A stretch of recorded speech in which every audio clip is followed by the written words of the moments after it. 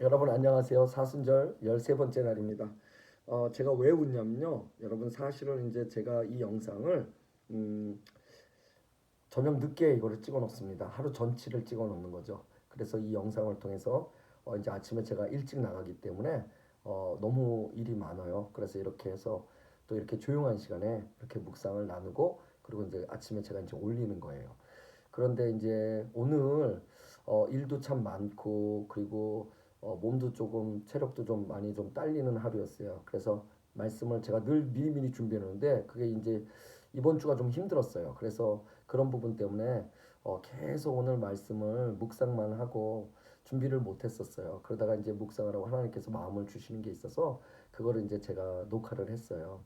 한 마무리 거의 이제 기도만 하면 끝날 쯤이었는데 우리 성도 중에 한 분이 전화를 하셔서 그게 다 날라가 버렸어요. 그래서 이제 웃고 그분은 이제 좋은 일로 전화를 하셨어요. 그래서 이제 제가 뭐라 그럴 수가 없잖아요. 그러니까 웃고 같이 즐거움을 나누고 그리고 이제 다시 녹화를 했죠. 그랬더니 그분이 어느 댁을 가셨는데 그 댁에서 그 사건을 모르고 또 저한테 또 전화를 하신 거예요. 근데 그때 말씀을 또 녹화하고 있었는데 그 녹화하고 있던 중간쯤에 또 전화가 오셔가지고 그래서 그게 또 날라가 버렸어요. 저는 이 편집 기술이 없어가지고 이걸 한 번에 찍으면 끝까지 가야 되거든요. 그런데 오늘 그렇게 두 번이 되고 나니까 이제 얼굴도 이렇게 빨개지고요. 그리고 좀 이제 지치는 것도 있는데 사실 생각해 보면 저는 이걸 세 번째 이렇게 함으로써 세 번의 은혜를 나누는 거고요. 그리고 여러분들은 그 세 번의 은혜를 나눈 저를 통해서 동일한 은혜를 나누실 수 있어서 더 좋을 것 같아요. 그래도 좋잖아요. 성도들이 그렇게 전화 줘서 기쁜 소식이 있어서 전화하고 또 목사님도 함께 했으면 좋겠다고 전화하는 것들을 통해서 이것이 또 주님께서 그 제자들과 더불어 잔치하시고 떡을 떼시고 함께 즐거워하셨던 그래서 요한의 제자들은 왜 금식 안 하냐 그러는데 주님께서는 잔치집을 얘기하면서 이제 새 신랑이 왔을 때는 이렇게 함께 잔치를 벌이는 그래서 새롭게 시작될 주님으로 이루어지는 그 나라들 그 부활의 이후의 그 기쁨들 주님으로 오므로써 우리의 죄 문제가 해결되는 그 하나님 나라의 잔치를 보여주시며 이야기하셨던 것처럼 그런 기쁨이 있는 작지만 그런 교회가 우리 공동체가 아닌가 생각해서 너무나 감사하고 기쁩니다. 어쨌든 저는 또 제 일을 해야 되니까 다시 말씀을 나누도록 하겠습니다. 우리 잠깐 기도할게요. 하나님 오늘 이 본문 내용만 갖고 벌써 세 번째 기도드립니다. 그런데 하나님 좋으시죠? 하나님의 백성이 기뻐하고 또 함께하자는 또 그 마음까지 귀하게 여겨주시고 그래서 이 세 번째 말씀이 제게는 세 번째 은혜가 됩니다. 하나님 그러나 이 말씀 전할 때 소홀히 하지 않도록 성령께서 붙잡아 주시고 우리 사랑하는 성도들 그런 기쁨의 그 가운데 그 중심에 하나님의 말씀이 늘 살아 움직일 수 있도록 역사하 주시옵소서. 하나님 성령님의 도우심을 구하며 좋은 공동체를 주신 하나님께 감사드립니다. 예수님의 이름으로 기도드렸습니다. 아멘. 고맙습니다. 네, 오늘 함께 나눌 말씀은 마태복음 11장 1절부터 6절까지 있는 말씀입니다. 제가 읽을게요. 이제는 좀 외울 수도 있을 것 같은데 제가 읽겠습니다. 예수께서 12제자에게 명하시기를 마치시고 이제 저희 여러 동네에서 가르치시며 전도하시려고 거기를 떠나 가시니라. 요한이 옥에서 그리스도께서 하신 말 일을 듣고 제자들을 보내어 예수께 여짜오되 오실 그이가 당신이 오니까 우리가 다른 일을 기다리오리까. 예수께서 대답하여 가라사대 너희가 가서 듣고 보는 것을 요한에게 구하되 소경이 보며 안증뱅이가 걸으며 문둥이가 깨끗함을 받으며 귀머거리가 들으며 죽은 자가 살아나며 가난한 자에게 복음이 전파된다 하라. 누구든지 나를 인하여 실족하지 않은 자는 복이 있도다 하니라 라는 말씀입니다. 여러분 오늘 이제 시작했던 그 말씀 주님께서 고기를 그 물고기를 잡던 그 제자에게 새로운 삶을 주시고 새로운 임무를 주시죠. 주님이 하셨던 것과 똑같이 할 수 있는 일들을 주십니다. 세리장이었고 남의 것을 가져다가 다른 나라 정부를 살찌웠던 그런 마태 같은 사람에게도 주님은 주님이 하셨던 임무를 똑같이 주십니다. 그래서 그로 주님처럼 살 수 있는 길들을 열어주시죠. 자, 오늘 그런 이야기가 시작이 됐는데 그 틈새 들어오는 이야기가 하나 있습니다. 그것이 세례 요한이라고도 얘기하고 침례 요한이라고도 얘기하는 요한의 얘기가 들어오는 거죠. 요한이 지금 감옥에 있습니다. 이빠른 소리를 했다가 찍혀서 지금 감옥에 들어갔는데 요한이 그 제자들을 보내서 질문을 던지는 거예요. 그 질문의 내용은 제자들이 예수님께 물었지만 요한의 그 마음 그 요한의 궁금함이 그 안에 들어가 있는 거죠. 그러니까 요한의 퀘스천이 요한의 질문이죠. 그게 뭐냐면 당신이 정말 오실입니까? 그 말은 뭐냐면 당신이 정말 우리가 기다렸던 메시아입니까? 그런 뜻이죠. 그러면서 그 뒤에 뭐라 하냐면 아니면 우리가 다른 사람을 기다려야 됩니까? 이렇게 얘기를 해요. 이 말은 뭐냐면 나는 정말 당신이 메시아 같은데 헷갈립니다 이 얘기예요. 지금 요한이 감옥에 들어갔잖아요. 근데 요한이 얼마 전까지 어떻게 했죠? 나는 그의 신들매도 감당하지 못한다고 얘기했고요. 요한은 또 뭐라 그랬냐면 나는 물로 세례를 주지만 이분은 성령으로 세례를 준다고 얘기를 했어요. 자, 그렇게 자기가 메시아로 소개했던 그분이 지금 아무 일도 일어나지 않는 거예요. 이스라엘 전체에도 일어나지 않을 뿐만 아니라 감옥에 가 있는 자기에게도 아무 일도 일어나지 않는 거예요. 오늘 그 질문에 주님은요, 본질적인 대답을 하세요. 이게 사람들은요, 웬 동문서답이지? 기명기다 아니면 아니다. 난 이런 내가 맞는데 난 이렇게 해서 이렇게 해서 이렇게 해서 이렇게 해나갈 거야. 이렇게 얘기하시지 않고요. 뭐라 그러시냐면 너희가 보고 듣고 본 거를 요한한테 고하라 이렇게 얘기하세요. 그래서 듣고 본 게 뭐냐면요. 이사야 61장에 나왔던 예언의 말씀이 성취되는 건데 거기에서 보니까 뭐냐면 소경이 보고 안증뱅이가 걷고 문둥이가 깨끗함을 받고 기머거리가 듣고 죽은 자가 살아난다는 거예요. 여러분 지금 주님이 메시아인 건요. 이스라엘이라는 한 나라를 잘 먹고 잘 살게 하기 위해서 오신 게 아니에요. 모세처럼 위대한 지도자로 오셔가지고 그래서 정치적으로 역사적으로 뭔가를 만들어내려고 오신 게 아니라는 거예요. 지금 주님이 오신 사이즈는요. 사람들이 말하는 그 정도의 한 나라에 그것도 조그만 이스라엘 같은 나라에 그냥 거기에 영웅이 되려고 오신 것이 아니라 주님은 지금 공중권세를 잡고 왕인 척을 하는 이 사단을 이 땅에서 몰아내시고요. 천지를 지으신 하나님이 이 땅의 주인이신 하나님의 나라를 회복하고 선포하러 오셨다는 거예요. 그러니까 오늘 여러분 이 예언서에 나왔던 이 예언되었던 이 말씀에 보면 여러분 소경은요. 이 세상의 질서는 죽을 때까지 못 보는 거예요. 근데 보게 된다는 거예요. 안증뱅이는 죽을 때까지 앉아 있어야 돼요. 그런데 걷게 된다는 거예요. 그리고 여기 뭐라 그래요? 문둥이는요. 피부가 썩어서 나중에 다 문드러져서 떨어져 나가야 되는데 깨끗함을 받는데요. 그러더니 뭐라 하냐면 기머리가 듣고 결국 죽은 자는 죽어서 끝인데 그래서 썩어야 되는데 살아난다는 거예요. 오늘 주님은 이 얘기를 하시는 거예요.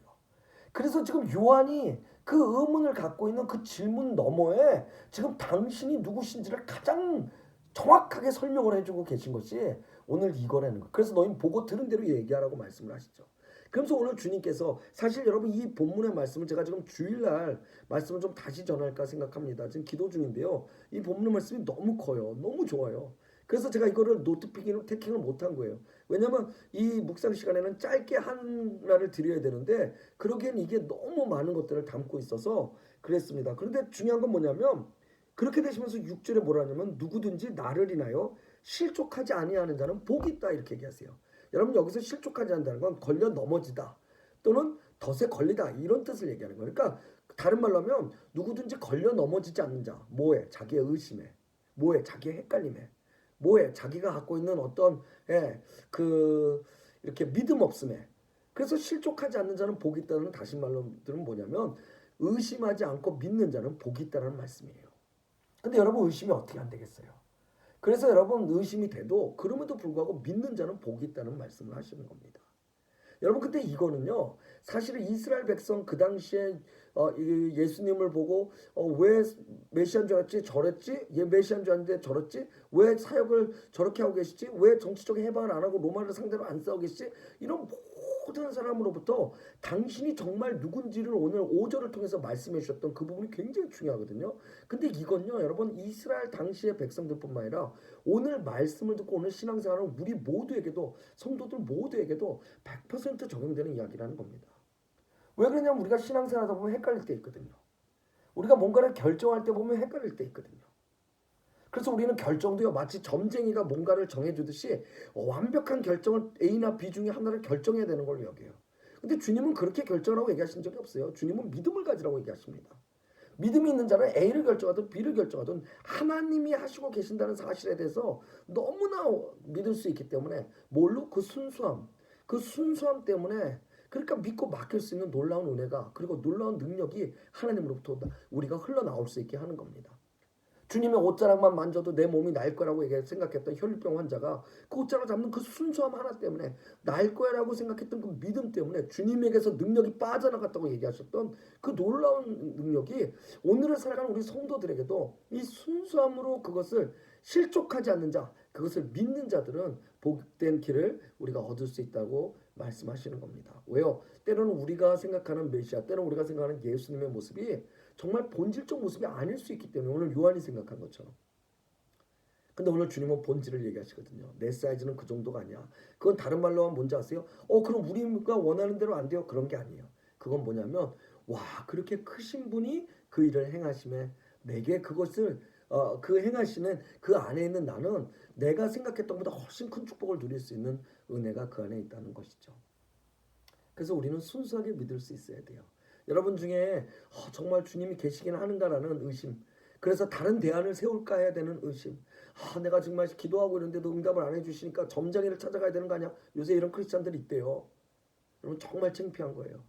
하나님과의 인격적 관계를 깊이 갖지 못하면요 즉각 답을 주시는 귀신을 찾는 거예요. 여러분 이게 바알을 섬기는 자들과 뭐가 달라요? 근데 우리 지난주에 수련이가 얘기한 것처럼 850명의 가짜 아이돌, 가짜 우상을 섬기는 사람은 한 명도 감당하지 못한다고 우리 주일학교 설교 때 수련이가 얘기했거든요. 왜? 그 한 명은 진짜 하나님을 믿으니까. 우리가 헷갈릴 때 여러분이 시작했던 이유를 한번 생각해 보세요. 내가 시작했던 이유가 믿음 때문이면 여러분 마지막까지 내가 시작했던 이유가 하나님 때문이면 마지막까지 그 하나님이 하실 거라는 걸 여러분 믿으셔야 돼요. 우리의 시작이 주님 때문이었으면 마지막까지 그 주님이 하실 거라는 걸 믿어야 돼요. 여러분 이게 믿음이라는 거예요. 의심을 하지 않는 것이 아니라 의심 속에서도 내가 그것이 시작한 이유니, 내가 그것을 지탱해야 될 의미이니, 내가 그것을 끝내야 될 이유가 될 수 있다는 것이 순수한 믿음이라는 거예요. 제가 김장한 목사님 쓰신 큐티 365이라는 책을 보다가 얼마 전에 보다가 재밌는 걸 하나 찾았어요. 여러분 1896년, 100년도 넘었죠? 1896년에 목포에 외국인 선교사님들이 나룻배를 타고 해남의 초두마을이라는 곳에 건너오셨대요. 그런데 그 100년도 넘은 그 시대에 그 전라도 해남의 초두마을이라는 그 얼마나 거기가 그땐 깡촌이었겠어요. 근데 그 선교사님들이 거기에 부르심이 있어서 초송교회를 세우고요. 마을 주민들을 인도하기 시작했대요. 얼마나 언어도 힘들고 얼마나 풍토병도 있고 여러 가지를 겪으면서도 그분들은 그냥 순수하게 하나님 우리를 여기를 불러주셨으니까 우리는 여기서 하나님이 다시 부르실 때까지 있어야 된다고 믿으셨대요. 그리고 그 마을을 열심히 섬기셨답니다. 이 쉽지 않죠.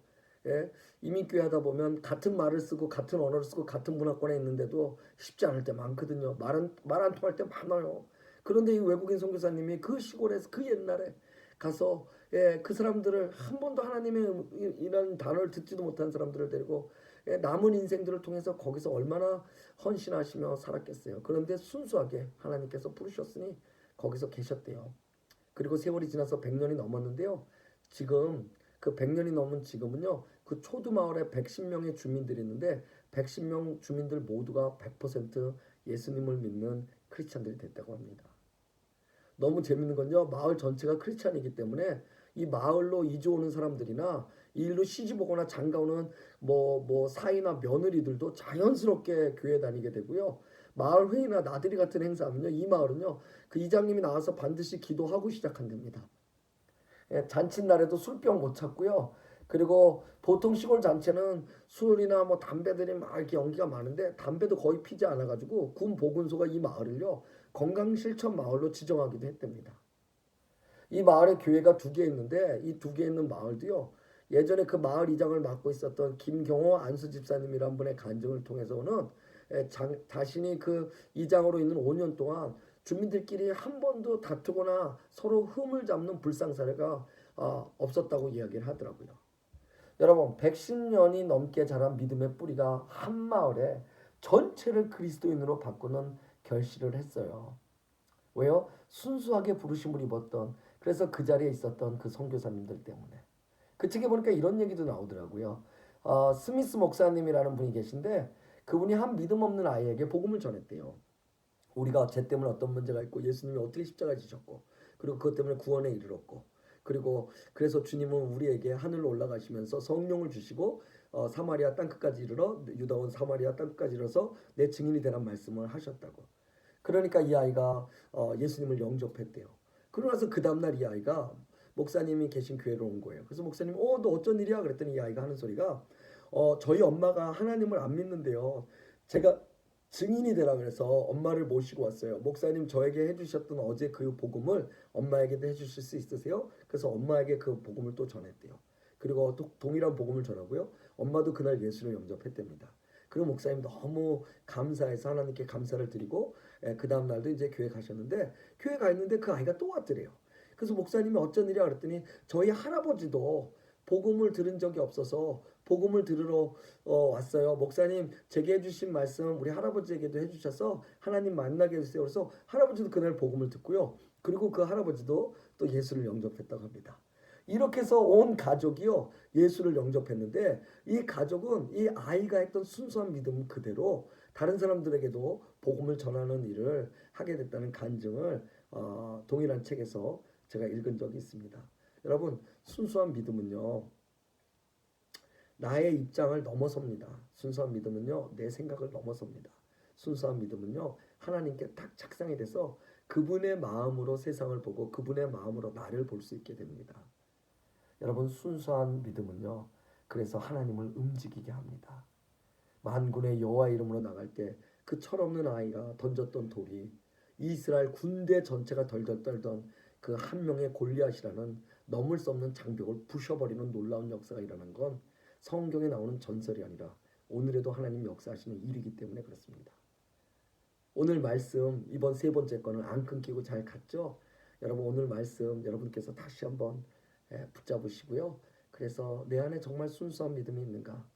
나도 요한처럼 정말 하나님 계신가? 다른 방법을 찾아야 되는 거 아닌가? 라는 헷갈리는 순간 또 여러분 주위에 그런 분들이 계신다면 순수하게 복음을 전하시고 손을 잡아주시고 마지막까지 우리가 시작했던 이유 예수 그리스도 우리가 이 일을 시작한 이유 그 하나님 그것 때문에 마지막까지 예수와 하나님이 마무리하실 수 있도록 여러분의 순수한 믿음으로 내어드리는 귀한 하루 되시길 주 이름으로 축복합니다.